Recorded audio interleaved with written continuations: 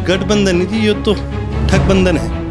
एक जमा झूठी पार्टी है और एक बिल्कुल झूठी पार्टी है। ये संघर्ष नहीं, इन्हें तो आपके ठेके दिखे हैं और ये तो उसी के अंदर राजी बैठ के सब कुछ सहन करेंगे, लेकिन कार्यकर्ता के साथ धोखा ये हम कभी नहीं सहन करेंगे। राजनीति का मौका था, चौधरी अभय सिंह जी जाते तो हमें भी आगे कर देते ना। तो जी हमें कभी सत्ता का कोई लालच रहा ना, हमें कभी इस चीज़ का फर्क पड़ा। जनता के साथ एक रिश्ता है हमारा, उस रिश्ते को कायम भी रखेंगे और उस रिश्ते को आगे बढ़ाने का भी काम करेंगे। जिसको भी आज तक चौधरी अभय सिंह चौटाला ने हाँ करी है, कभी भी उसको दोबारा मना नहीं करा। जिस पार्टी ने मजदूर और किसान को आपस में लड़ाने का काम करा, आज ये उसकी गोद में जाके बैठे। चौधरी अभय सिंह जी का बेटा हूँ, चौधरी ओम प्रकाश चौटाला जी का पुत्र हूँ। अपनी जुबान पे पीछे नहीं जाऊँगा। संगठन विधायक से नहीं बनता, संगठन तो कार्यकर्ता से बनता है।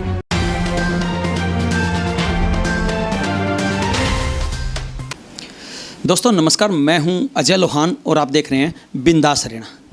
आज हमारे साथ विशेष चर्चा करने के लिए मौजूद हैं देवीलाल के पड़पोते अर्जुन चौटाला। अर्जुन जी स्वागत है आपका। नमस्कार जी। अर्जुन जी, जब इनेलो एक थी तब भी संघर्ष जारी था, आज इनेलो दो फाड़ है तब भी संघर्ष जारी है, क्या बदलाव आप देखते हैं? नहीं, इनेलो तो ये भी एक है। जो दूसरे हैं तो न्यारी पार्टी करके उन्होंने न्यारा राई पकड़ लिया। जब राई न्यारा हो लिया तो फिर दो नहीं रहे, हम तो एक ही हैं जद के, और वो अपने न्यारे हो लिए। संघर्ष किस प्रकार का जारी है, क्योंकि पहले भी संघर्ष था, अब एक बार फिर संघर्ष तो जी इन्हें लोग आप ये लोग आलो, हमारी तो फाउंडेशन में है, ठीक है, हमारे तो खून में है संघर्ष। आज से नहीं, हमेशा से, बड़े चौधरी साहब के समय से, चौटाला साहब के समय से, अभय सिंह जी ने जब मेहनत करी, जब चौटाला साहब को जेल हुई उसके बाद, यहाँ तक कि अब भी संघर्ष तो हमारे डीएनए में है। और ये तो काल ने सरकार भी बने तो भी हमारा संघर्ष कभी रुकेगा नहीं, क्योंकि जनता की जो लड़ाई है, जो हरियाणा के जो लोगों के हित की लड़ाई है, ये लड़ाई कभी ख़त्म नहीं हो सकती। ये लड़ाई हमेशा चलती ही रहेगी, तो ये संघर्ष भी उसी प्रकार हमेशा चलता रहेगा। अर्जुन जी, अभी आपने लड़ाई की बात की, जब विधानसभा के चुनाव नहीं हुए थे तब आपका ही पार्टी से निकला हुआ दल जेजेपी ये कहता था कि हम इस लड़ाई को लड़ेंगे और संघर्ष करेंगे। अब क्या लगता है वो लड़ाई अब भी जारी है? उन्होंने तो यह भी सौगंध खाई थी हम बीजेपी के पास नहीं जाओगे। उन्होंने तो यो भी सौगंध खाई थी कि भी हम हर जगह युवाओं का हक आगे बढ़ाने का काम करेंगे। उन्होंने तो यो भी सौगंध खाई थी कि भी हम पीटीआई टीचर्स को रीइंस्टेट कराने का काम करेंगे। तो मैंने तो एक भी पूरा होता दिखा नहीं, और ना ही मेरे को लगता है कि भी आगे भी इनका कोई मन में कोई मंशा या कोई इस प्रकार के है कि ये लड़ाई लड़ने के लिए। ये भी इन्हें संघर्ष नहीं, इन्हें तो आपके ठेके दिखे हैं और ये तो उसी के अंदर राजी बैठ के। अभी आपके पिताजी का भी बयान आया था कुछ दो दिन पहले कि हरियाणा के जो उप मुख्यमंत्री हैं और साथ में विज साहब है, उनके ऊपर भी आरोप लगाया था भ्रष्टाचार के मामले में, शराब घोटाले। देखिए, सबसे बड़ी चीज़ आप ये देखने वाली है कि जब ये घोटाला हुआ तो जितने भी अफसर हैं उनको क्लीन चिट दे दी गई, और इल्ज़ाम किन पे लगाया गया? ड्राइवरों पे। उनकी क्या गलती है, आप ये मेरे को बताओ। ये तो आज अपने आप को बचाने के लिए किसी गरीब आदमी को फंसाने का काम कर रहे हैं। तो मैं तो आज भी एक चीज़ कहूँगा कि ये तो घोटाला जो इन्होंने करा है, जो लॉकडाउन में इन्होंने, और ये तो कुछ जिलों की बात है, आप हरियाणा का कोई सा जिला उठा के देख लो, किसी ज़िले में कोई भी ऐसा गोदाम नहीं होगा जहाँ इन्होंने दारू बाहर निकाल के उसकी तस्करी करके बेचने का काम ना करो। इंसो का अभी स्थापना दिवस मनाया गया है। वो कहते हैं कि युवाओं के मुद्दों की आवाज़ हम बनेंगे, और आप भी अपना संगठन है, तो युवा असमंजस में है, आखिरकार कौन उठाएगा मुद्दे? क्योंकि वास्तव में जब चुनाव से पहले मुद्दों की बात आती है तो हर कोई कहता है हम आपके मुद्दे उठाएंगे, लेकिन चुनाव के बाद भूल जाते हैं। इंसो ने जो अपना युवा सम्मेलन करा, इन्होंने अपना स्थापना दिवस करा, पूरे प्रदेश का करा, उनसे बड़ा हमारा जिले का युवा सम्मेलन था।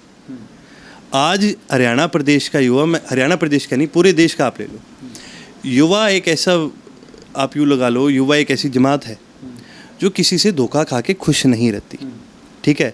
वो आपसे अगर प्रेम करते हैं तो जी जान से प्रेम करेंगे, और अगर आपसे रूसेंगे तो जी जान से आपसे रूसेंगे। इन्होंने युवाओं को, पूरे प्रदेश के युवाओं को रुसाने का काम करा है। हम हमेशा एक चीज़ कहा करते थे, युवाओं साथियों को हम पहले भी कहा करते थे कि भी जो आपको इतने सारे झूठे जुमले दे रहे हैं, जो इतनी आपको वादे कर रहे हैं, जो इतने सुनहरे सपने सुना रहे हैं, हमें तो लगता नहीं कि इनसे एक पूरा होगा। और यही बात आज सच निकली है। मेरे को इतने युवा साथी कहते हैं कि जी हमने तो कहीं ना कहीं कोई नौकरी की आस में, कोई बढ़िया चीज़ की आस में, कि भी कहीं ना कहीं युवाओं को कोई भला होगा प्रदेश में, इस आस में हम साथ लगे थे, लेकिन आज उनको कहीं ना कहीं धोखा मिला है। और प्रदेश का युवा, हम नहीं कहते कि हम ठेकेदार हैं कोई युवा के, प्रदेश का युवा हमें कहता है कि भी आप हमारी लड़ाई आगे लड़ने का काम करो। ये जिम्मेवारी जो मेरे पास आई है युवा की, जो पार्टी ने भी दी है, वो कोई इस कारण से नहीं दी क्योंकि हमें यूँ था कि भी हम युवाओं की राजनीति करेंगे। युवाओं ने जिम्मेवारी तो उनको भी दी, युवाओं ने उनको दी और युवा आज उनसे भी रुसा हुआ है क्योंकि उन्होंने वो पूरी नहीं करी। मैं आज ये कहता हूँ कि अगर मेरे को ये जिम्मेवारी दी जाती है तो मैं चौधरी अभय सिंह जी का बेटा हूँ, चौधरी ओम प्रकाश चौटाला जी का पुत्र हूँ, अपनी ज़ुबान पे पीछे नहीं जाऊँगा। भले ही वो जेब के धनी हो, ज़ुबान के धनी हम हैं। बहुत बड़ी बात है ये, जेब के धनी देख लीजिए आप, बहुत बड़ी बात कह रहे हैं। हाँ, यही मैं कह रहा हूँ, जेब के धनी वो होंगे लेकिन हम ज़ुबान के धनी हैं। और जिसको भी हमने आज तक ज़ुबान दी है, चौधरी अभय सिंह जी ने जिसको भी आज तक अपनी ज़ुबान दी है, हमेशा उस पर खरे उतरने का काम करा है। आखिरकार अभय सत्य है, ये प्रचार क्यों किया जा रहा है? ये प्रचार नहीं है, ये लोग कहते हैं। लोग क्यों कहते हैं वो आप जनता से पूछो। जब आज भी चौधरी अभय सिंह जी किसी की हाँ भरते हैं कि भाई चाहे मैं तेरे कार्यक्रम पे आऊँगा, चाहे मैं तेरी मदद करूँगा, चाहे कोई भी साथी आके उनको कहते हैं कि जी आप हमारी आवाज़ विधानसभा में उठाने का काम करो, जिसको भी आज तक चौधरी अभय सिंह चौटाला ने हाँ करी है, कभी भी उसको दोबारा मना नहीं करा। दूसरी बात, कभी भी उन्होंने गलत मुद्दा उठाने का काम नहीं करा। उन्होंने हमेशा आम जनता का मुद्दा उठाए, चाहे एसवाइएल की बात करो, चाहे चुनाव से पहले, ये तो आप भी नहीं पूछते लेकिन मैं बताऊं, चाहे आंगनवाड़ी हो, चाहे जो आंगनवाड़ी के वर्कर हैं, चाहे उस समय रोडवेज़ के वर्करों की बात थी, चाहे पीटीआई के मास्टरों की बात है, चाहे एसवाइएल का मुद्दा है, आज भी चौधरी अभय सिंह चौटाला इनको उठाकर आगे बढ़ाने का काम करते हैं।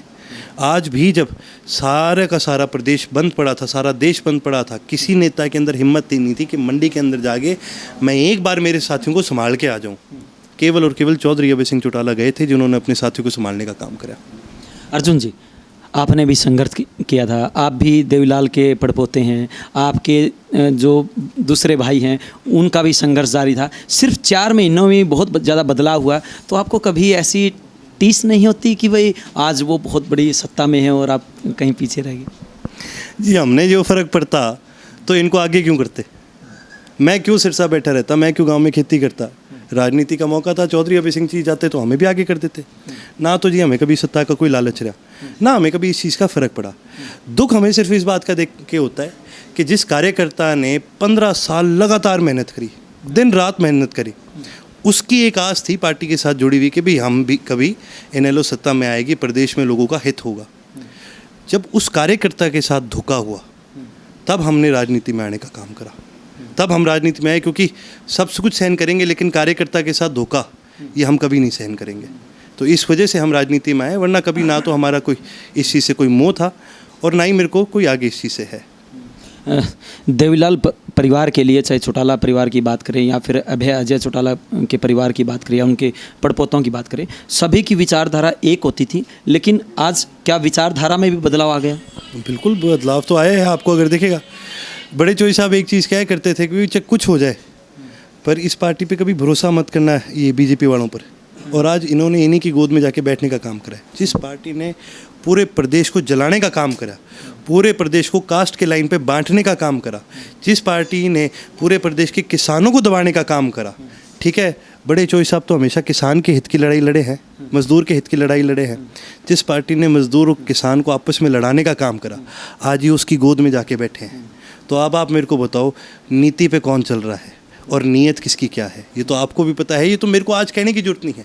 आज पूरे प्रदेश में आप जाओगे, लोगों से मिलोगे, साथियों से मिलेंगे, आज जनता कहती है कि भाई इनकी जो नीति है ये साफ दिखती है, इनकी जो नीयत है साफ दिखती है। आज हमें साथी कहते हैं, मेरे को इतने साथी कई बार मिलते हैं तो उनके आंखों में आंसू आ जाता है, क्योंकि उनको कई बार इस बात का एहसास होता है कि भाई हमने एक बहुत ही गलत इंसान का साथ दिया है और उसकी वजह से प्रदेश आज 5 साल पीछे जा चुका है। अर्जुन जी, अगर हम बीजेपी और जेजेपी के गठबंधन की बात करें, आपने कहा कि अभय सत्य है क्योंकि जनता कहती है, क्या अर्जुन भी सत्य बोलेंगे? अगर गठबंधन के नंबर देने पड़ जाएं 10 में से, तो आप कितने नंबर दोगे 10 में से कि भाई इन्होंने जनता की उम्मीदों के अनुसार काम किया है?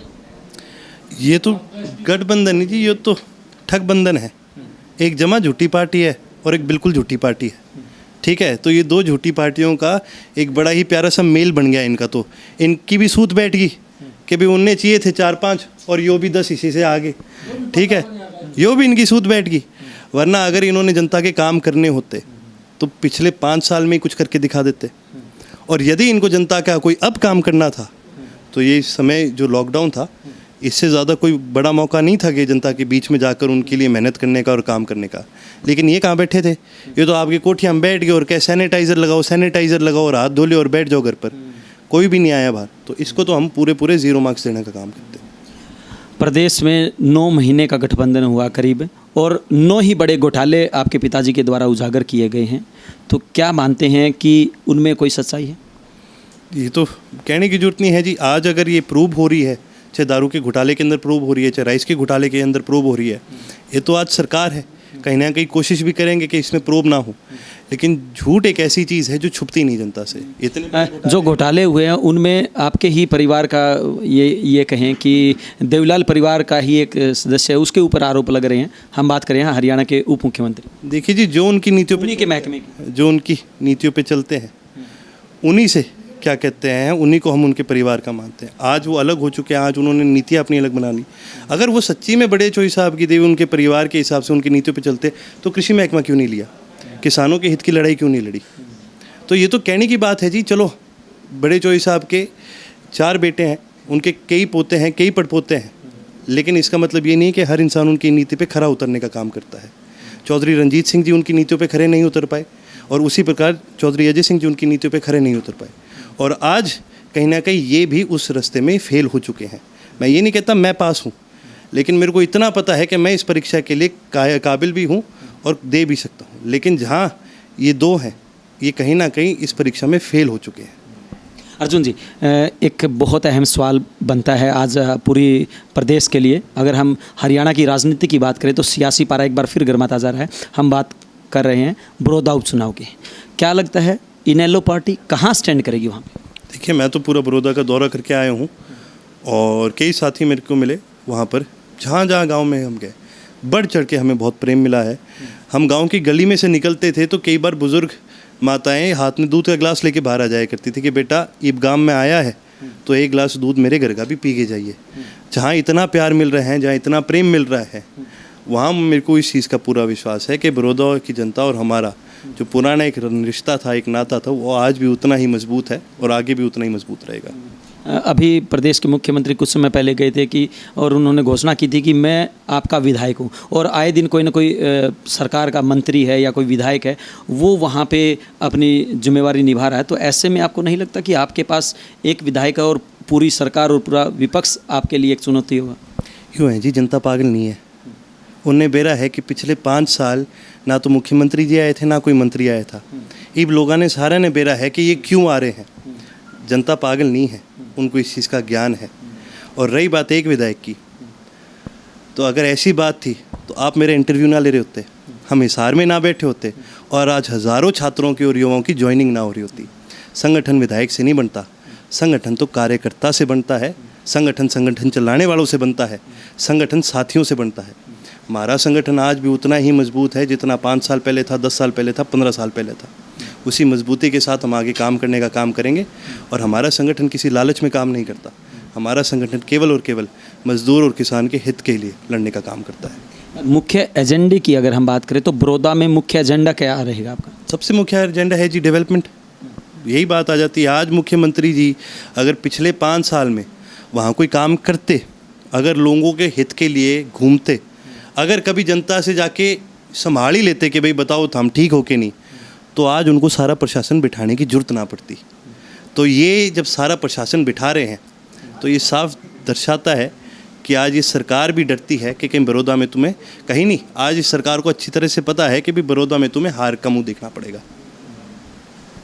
अगर हम कांग्रेस पार्टी की बात करें तो कांग्रेस पार्टी का स्टैंड कहाँ देखते हैं आप? क्योंकि वहाँ बड़ौदा चुनाव के अंदर या तो इनेलो का गढ़ रहा है या फिर कांग्रेस पार्टी का गढ़ रहा है। इनेलो का शुरू से रहा है और आज भी मैं ये मानता हूँ कि बड़ौदा, आप मेरे साथ चलो, आपको दिखाऊंगा। हमने काफ़ी गाँव का दौरा करा। आप जितना प्रेम और प्यार हमारे साथ है, मैं आज भी आपको एक खुल के कहता हूँ, हमारा किसी के साथ कंपटीशन नहीं है। हम बड़ौदा की जनता के साथ एक रिश्ता है हमारा, उस रिश्ते को कायम भी रखेंगे और उस रिश्ते को आगे बढ़ाने का भी काम करेंगे। ये हैं युवा नेता अर्जुन चौटाला, जिनका साफ तौर से कहना है कि आज भले ही वो सत्ता में न हो, लेकिन उसके बावजूद भी जिस प्रकार से लोगों का सहयोग, लोगों का समर्थन उनको मिल रहा है, उससे एक बात तो जाहिर है कि वास्तव में वो जनता के बीच में रहते हैं। और इससे भी एक कदम आगे इनका यह भी साफ तौर से कहना है कि बड़ौदा उपचुनाव के अंदर भले ही दूसरी पार्टियां कितना ही दावा करें, लेकिन हर हाल में इनका उम्मीदवार वहाँ पे जीत हासिल करके रहेगा। हालांकि ये तो आने वाला समय बताएगा किसके सिर पे चौधर का ताज सजता है। वीडियो जर्नलिस्ट अमित कुमार के साथ अजय लोहान, बिंदास रहा।